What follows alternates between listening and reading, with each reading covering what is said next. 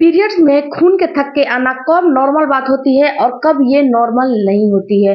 और friends, periods में खून के थक्के क्यों आते हैं, ये खून के थक्के आने का क्या रीजन होता है और कितना बड़ा अगर आपका खून का थक्का आता है तो नॉर्मल माना जाता है और कितना नॉर्मल नहीं माना जाता है, और कितने साइज में आपको तुरंत के तुरंत अपने डॉक्टर से संपर्क करना चाहिए। सबसे पहले फ्रेंड्स, मैं आपको थोड़ा सा इसके बारे में बता दूं कि जो पीरियड आते हैं, पीरियड में खून के थक्के आखिर आते क्यों हैं। हेलो फैमिली, आपका हमारे चैनल में बहुत बहुत स्वागत है। आई होप कि आप लोग अच्छे होंगे। मैं तो चैनल पे नए हो तो चैनल को जरूर सब्सक्राइब कीजिएगा और बेल आइकन जरूर प्रेस कीजिएगा, जिससे कि जैसे भी वीडियो नया अपलोड हो तुरंत आपके पास नोटिफिकेशन चला जाए। सबसे पहले जानते हैं कि ये पीरियड्स में खून के थक्के आते क्यों हैं।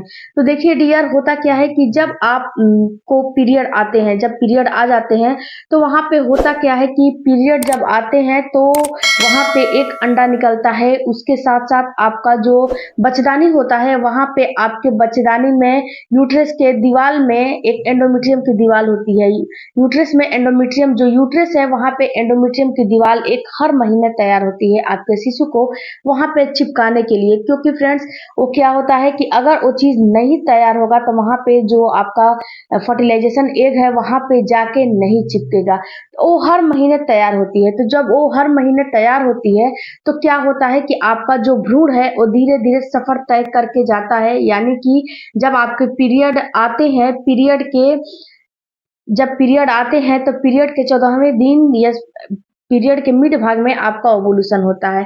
जब ओवुलेशन हो जाता है तो अंडे की फर्टिलाइजेशन हो जाती है, तो ये कई सेल्स में डिवाइड हो जाता है।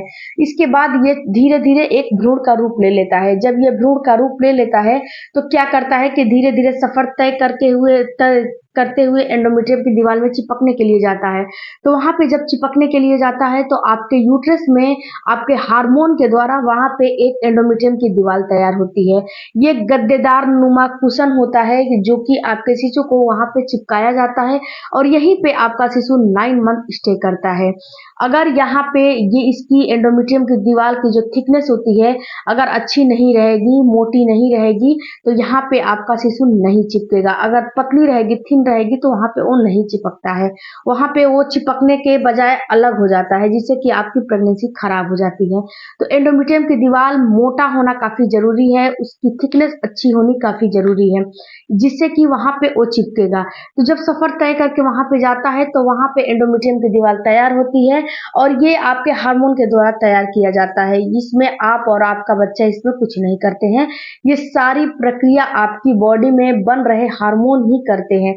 तो हार्मोन के द्वारा ये तैयार होता है। तो हार्मोन के द्वारा जब तैयार हो जाता है तो वहां पे जब आपका शिशु चिपक जाता है तो वहां पे होता क्या है कि जब चिपक जाता है तो 9 मंथ वहीं पे स्टे करता है और 9 मंथ वहीं पे उसको न्यूट्रिशन, प्रोटीन, विटामिन, हर चीज वहीं पे मिलती है, जिससे कि बच्चा वहां पे 9 मंथ तैयार होता है और 9वें महीने में आपका डिलीवरी होता है, वही बच्चे के रूप में बाहर निकलता है। तो फ्रेंड्स, जब ये अगला महीना, अगर यहाँ पे आपको स्पर्म, उसे जो एक हेल्दी स्पर्म की उसे जरूरत होती है, जब अंडा आपके ओवरी से बाहर निकला और वहां पे उसे हेल्दी स्पर्म अगर नहीं मिला, अगर आपने रिलेशन अच्छे से नहीं रखा, वहां पे हेल्दी स्पर्म नहीं मिला किसी कारणवश, तो होता क्या है कि एंडोमेट्रियम की दीवार हो गई, जो अंडा निकला हुआ अंडा हो गया, और उसके साथ कुछ टिश्यूज होते हैं जो कि अगला महीना आपका पीरियड के रूप में निकलने लगते हैं।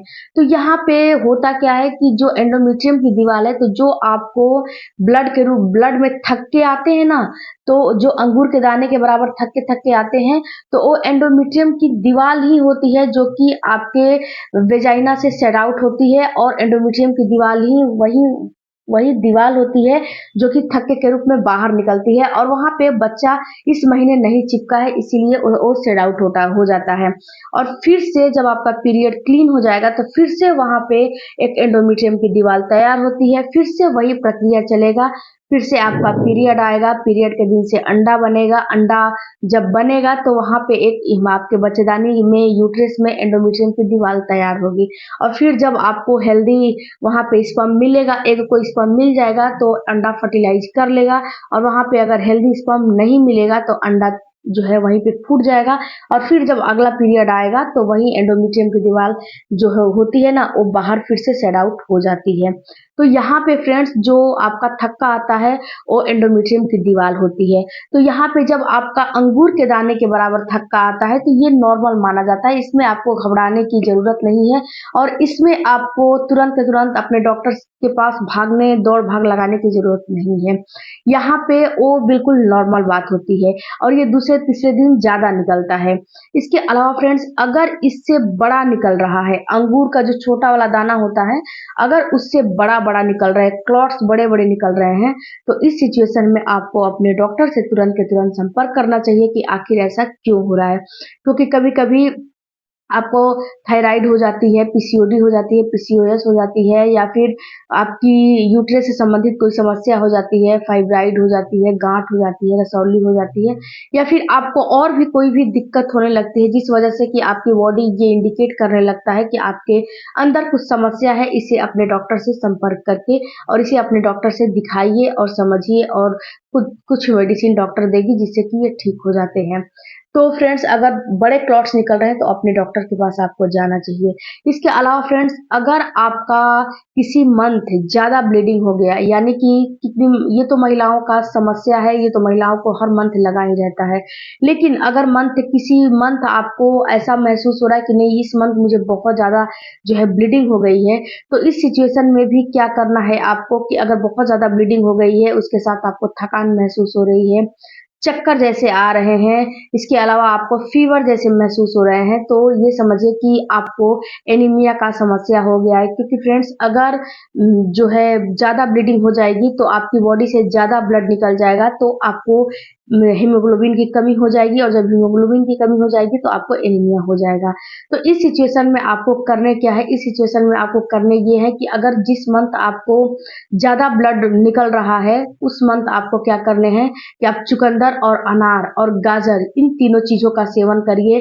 पालक हो गया, पालक में आयरन काफ़ी ज़्यादा मिलता है, इसमें जो है हीमोग्लोबिन की मात्रा काफ़ी होती है, तो आप जो है इस पालक को भी इस्तेमाल करिए डाइट में अपने और चुकंदर और अनार चुकंदर का तो बिल्कुल अपने डाइट में इस्तेमाल करिए ही करिए, नहीं तो आपको फ्रेंड्स एनीमिया हो जाएगी, तो एनीमिया बहुत खतरनाक होती है और एनीमिया हर महिला को बहुत जल्दी पकड़ लेती है क्योंकि महिलाओं में जो हीमोग्लोबिन है वो कम हो ही जाता है। हर मंथ जो है पीरियड आते हैं और महिलाओं की समस्या कोई समझने वाला नहीं होता है। हर मंथ पीरियड आते हैं, हर मंथ ये समस्या होता ही होता है, तो किसी मंथ ज़्यादा आ गया, किसी मंथ कम आ गया। तो जिस मंथ नॉर्मल आता है तब तो कोई दिक्कत नहीं है, अगर ज़्यादा आ गया तो महिलाएँ अगर घर में बोलती हैं तो लोग बोलते हैं अरे ये नाटक कर रही है, ये कर रही है, वो कर रही है। तो ऐसा आप मत सोचिए, मत समझिए, अपना ख़्याल आपको खुद रखना पड़ेगा। तो जिस मंथ आपको ज़्यादा ब्लीडिंग हो जा रही है उस मंथ इन चीज़ों का सेवन करिए, हरी पत्तेदार सब्जियों का सेवन करिए। आपको ये जो हीमोग्लोबिन कम हुआ है वो बिल्कुल बैलेंस में आ जाएगा और आपको ज़्यादा तनाव लेने की ज़रूरत नहीं है। और बहुत ज़्यादा ब्लीडिंग हो रही है तो आपको अपने डॉक्टर से संपर्क कर लेना चाहिए। इन सारी सिचुएशन में आपको जो है घर पे रह के इंतज़ार नहीं करना चाहिए। आई होप फ्रेंड्स कि इस वीडियो से आपको कुछ नॉलेज मिला होगा तो मेरे चैनल को ज़रूर सब्सक्राइब कीजिएगा।